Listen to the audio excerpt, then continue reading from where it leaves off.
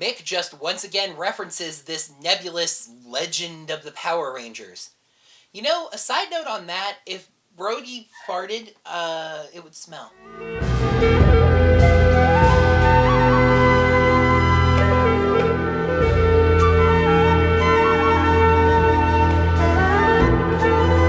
Hello there, heroes. I'm the Orange Ranger, and boy oh boy, I keep finding ways to keep this channel interesting, don't I? Those of you playing the home game might notice that I did not post a review for the first episode of Power Rangers Ninja Steel. And, as you can see by the title of this video, this is my review of the second episode. So, what happened to the first one? Actually, I did a review of the first episode. I watched the episode, I wrote my notes, I wrote the script, I filmed it, I edited the entire thing. I was all set to go to take it to Starbucks the next day and upload it for all of you to enjoy. And then I very carelessly left a large glass of water sitting next to my two computers, which, yes, were both in the same place. And then my cat Squeak, who you all love so much, decided to investigate that large glass of water. And he investigated it all over both computers. So, as you can imagine, both of those things are fried.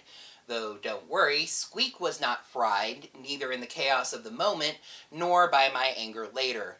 On reflection, I realized it was more my fault than his fault, and I've learned my lesson the hard way. Do not leave water sitting near electronics. Now, there's a chance I'll be able to recover at least the data from those computers and get that review that I did back, but we're just going to have to see what happens. And also, obviously, if I'm posting a video for you guys right now, I figured out a solution to the problem of not having a computer to use, that solution being some very generous family. I know that some of you are just hearing about this now watching this video, but I did post about it on my channel's social media pages, which are always a good place to find out updates about the channel. I do realize that some of you are not signed up for the Facebook or the Twitter or the etc. So I wanted to take this chance to let you guys know that this channel's Twitter page is actually completely public, and you can access it without even being signed up for Twitter. So whether you're signed up for Twitter or not, maybe go ahead and bookmark twitter.com/orangerangervid so you can get updates about the channel. If it's been a couple of days and I haven't posted a video and you haven't heard why, swing by that page and I probably already posted an update about what's going on. So, what about my review of Ninja Steel's first episode? What's going to happen with that? Well, you might remember way back when I started doing these reviews for Super Megaforce that my review of the first episode was a vlog, and then from episode 3 I started reviewing them every week. During Super Megaforce's hiatus, I went back and covered episode 2 that I had missed. And that is what I'm going to do here. The first video of the Ninja Steel hiatus is going to be my review of Return of the Prism. And that is whether or not I'm able to recover the data from those hard drives and get that review back. If I'm not, I'll just do it over again from scratch. That's my commitment to you, heroes.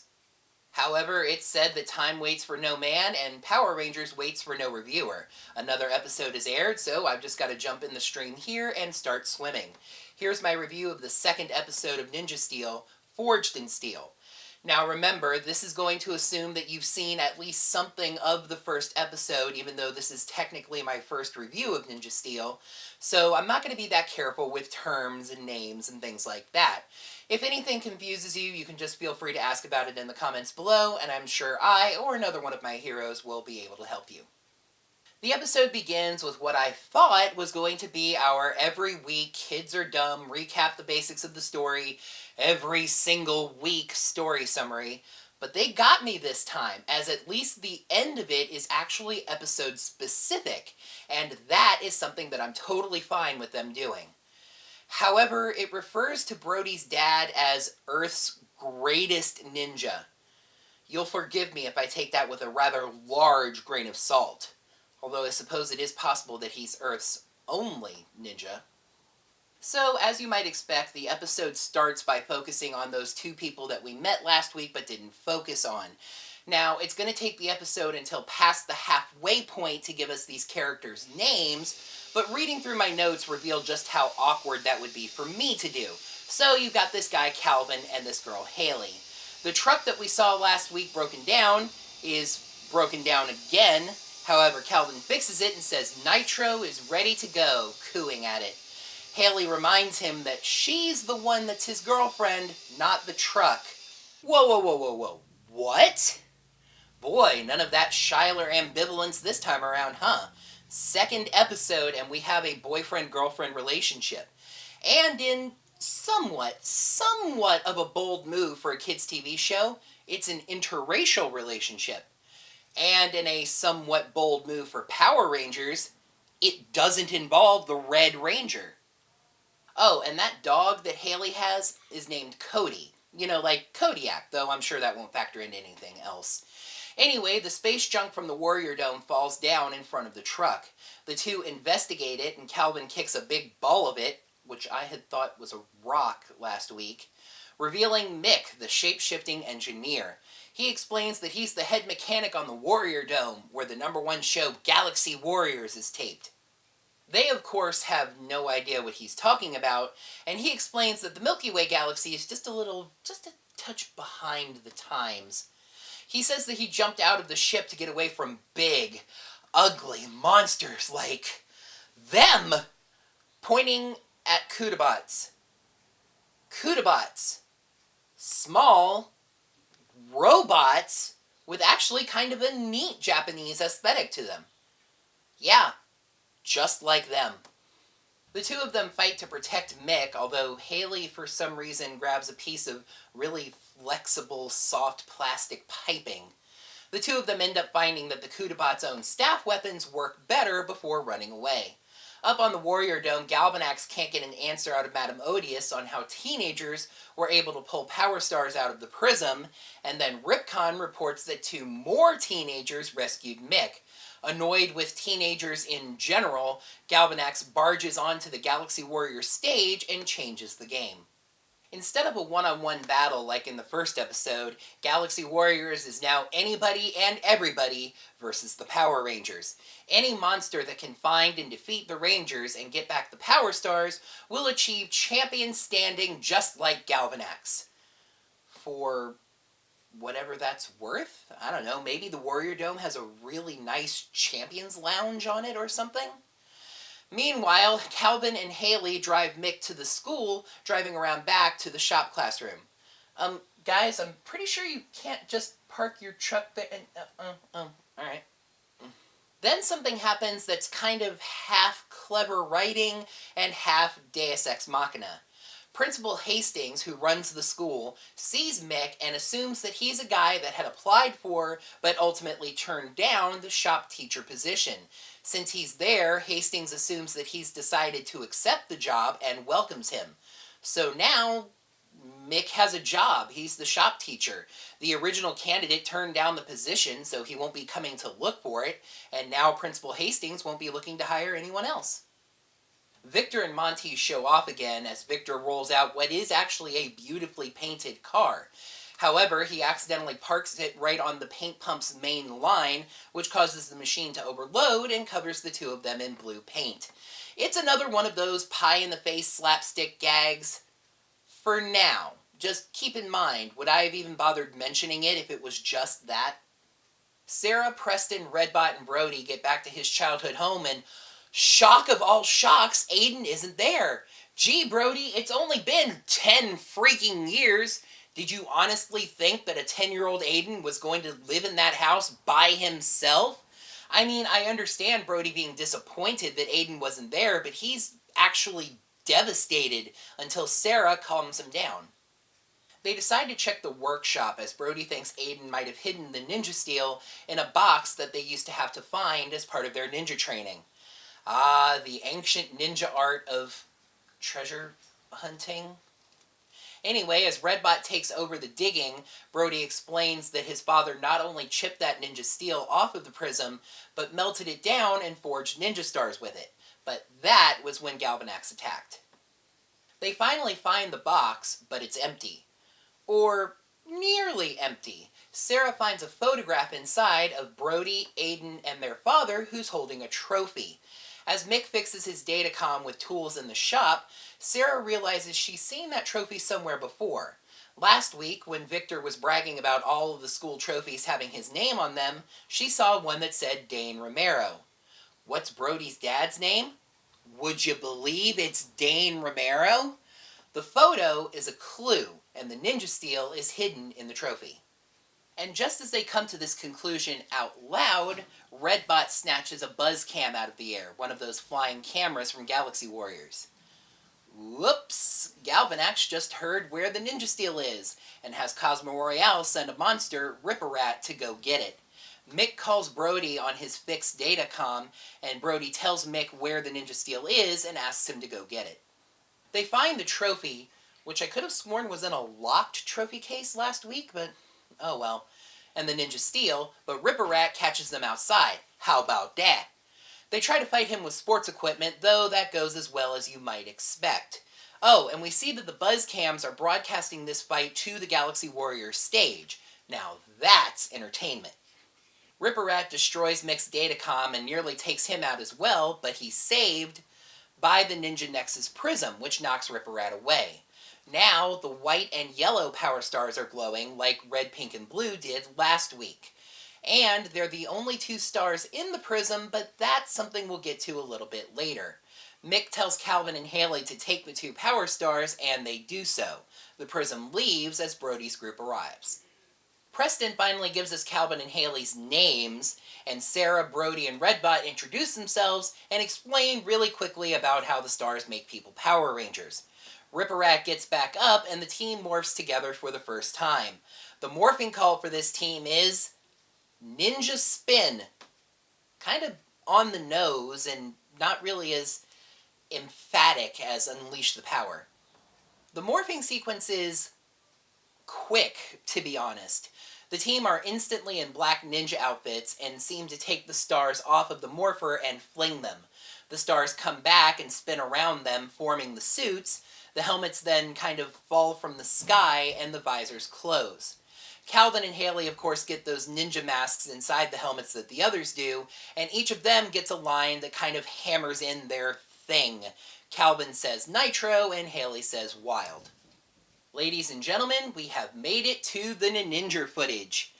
It's noticeable, but not in a bad way. I think it's just more that I personally recognize it. I don't think they really could have blended it any better.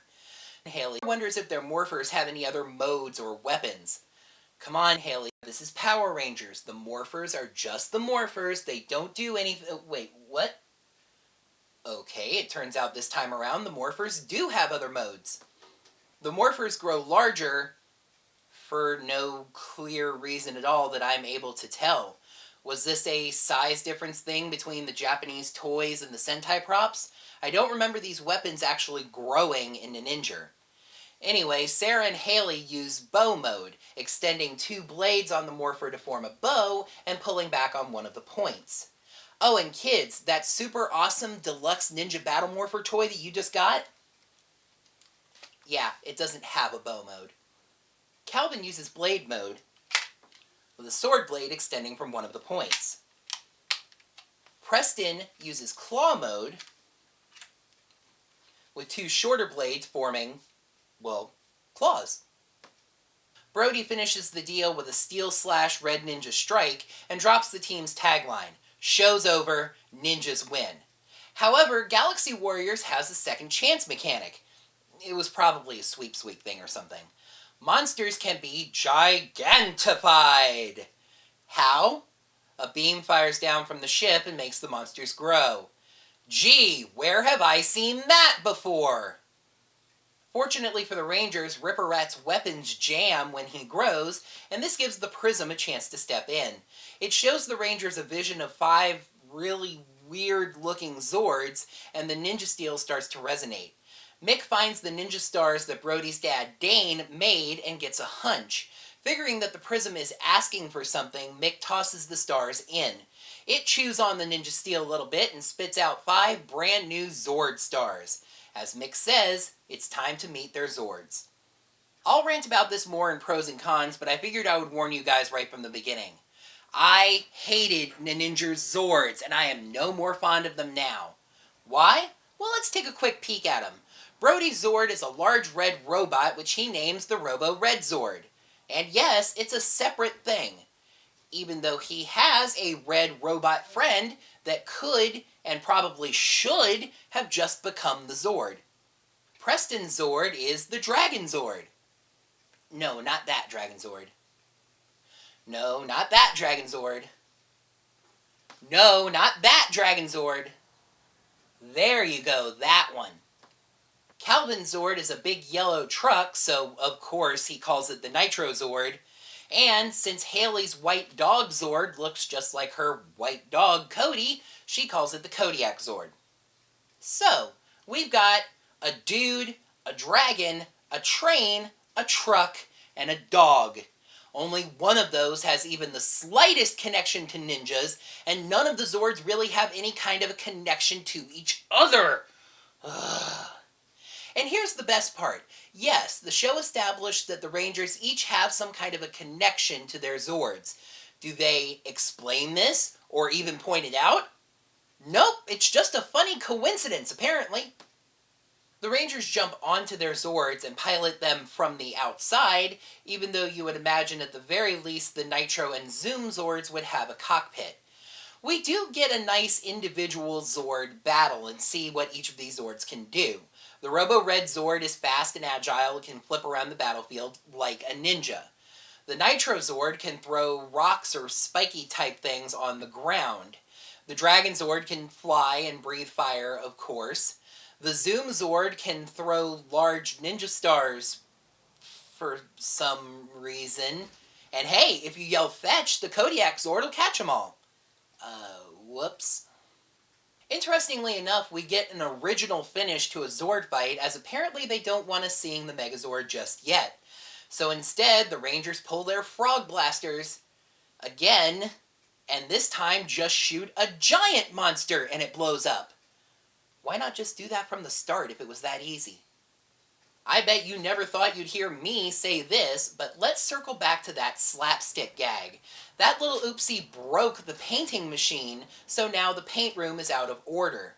Since nobody's going to be able to use it, and Mick is their shop teacher, so nobody's going to ask any questions about that, they decide to make that room their base, hiding the Ninja Nexus prism there. But as they go to install secret entrances, Sarah notices something that I mentioned earlier. When Calvin and Haley pulled out their power stars, those were the last two. But at the end of last week's episode, there were three. The gold power star is missing. Up on the Warrior Dome, Galvanax is still upset that he doesn't have the power stars, even if the Power Rangers are bringing in the ratings for Galaxy Warriors. But hey, Madame Odious isn't worried about that. I mean, she's got a power star herself. Yes, Madame Odious has the gold power star. Intrigue. Let's fling ninja stars. Episode 2, Forged in Steel. Pros, more well-done character building, comic relief as plot point, and building mystery. Cons, those Zords. Easily beaten monsters, and repeating dino charge too much. An odd case where the show actually improved on a premiere. Forged in Steel gets 4 ninja stars out of 5. I was actually a little torn on whether this would be a pro or a con, whether it's too on the nose or just well written, but we are very familiar with who the characters of the Rangers are. This episode introduced us to our white and yellow Ranger. Haley is a nature lover, especially an animal lover, and brave and kind, though not incredibly intelligent, as evidenced by the flexible pipe thing from early in the episode. Calvin is a car guy, fun and cool and good with tools. These are kind of informed attributes right now. We're going to need more depth on these characters as time goes on, but so far, so good. We actually got some comic relief that wasn't completely useless. Victor, or Monty, one of the two, parked the car on the paint line, which broke the machine. Now, last season, I feel like that would have been it. Just a funny slapstick gag. Haha, the mean kids got paint on their faces. However, in this season, it broke the painting machine and freed up the painting room to be the Rangers' base. See, I don't actually mind comedy in Power Rangers when it's either intelligent comedy or it serves a purpose. And we're getting our first bit of plot intrigue very early on this year. Second episode, and one of the villains has a power star. How did Madame Odious access it? Did someone take it out of the prism for her? Or did the prism recognize her as worthy, and why would that be the case? Is Brody's missing brother Aiden somehow involved in all this? And why isn't she telling Galvanax that she has a power star? The fact that I even care about these questions shows that the plot is pretty well written, weaving in questions that I want to know the answers to. But sakes alive, those freaking Zords! This is one of those cases where, yes, the Sentai is to blame, but you know what? Saban Brands could have adapted Tokuger instead, so they don't get a pass for that. These Zords have hardly any connection to the ninja theme or to each other. Yes, they kind of match with things in the Rangers' personalities, but that's not even really mentioned, let alone explained. Mick just once again mentions this nebulous legend of the Power Rangers. You know, a side note on that I was thinking about, if Brody hadn't heard Madame Odious call his father a Power Ranger, they probably wouldn't even be calling themselves the Power Rangers now. But yeah, anyway, I'm really not a fan of these Zords. For the second straight week, we get a monster destroyed by simple blaster fire. And this time, it was a giant monster. I will say I kind of get that move more this week than last week, because this week they were changing the ending of a Zord fight. In the Ninja, in this sequence, they actually did form the Megazord. But is the budget really so tight that you can't spring for one CGI blaster finisher? Just pew, pew, pew, pew, boom? And then we have the Magna Beam. The Gigantifier. This episode was a lot better about not feeling as note for note with Dino Charge as last week, where Return of the Prism basically felt like a rewrite of powers from the past. But following up from that, it was another bad note. And the really bad thing about it is this is a really mimetic thing, where you can put shots of the two side by side, and all us Ranger fans can do is shake our heads. But overall, this felt like a better episode than the first one because it branched out more on its own. It's kind of ironic to say that when this episode used Sentai footage and the first one didn't, but the first episode leaned far too much on Dino Charge to be considered good. This one just gave me more encouragement that it's going to branch out in its own direction and be more original than just being a copy of Dino Charge. By the way, little closing note, Principal Hastings. Kind of a hot librarian thing going on? Anybody else?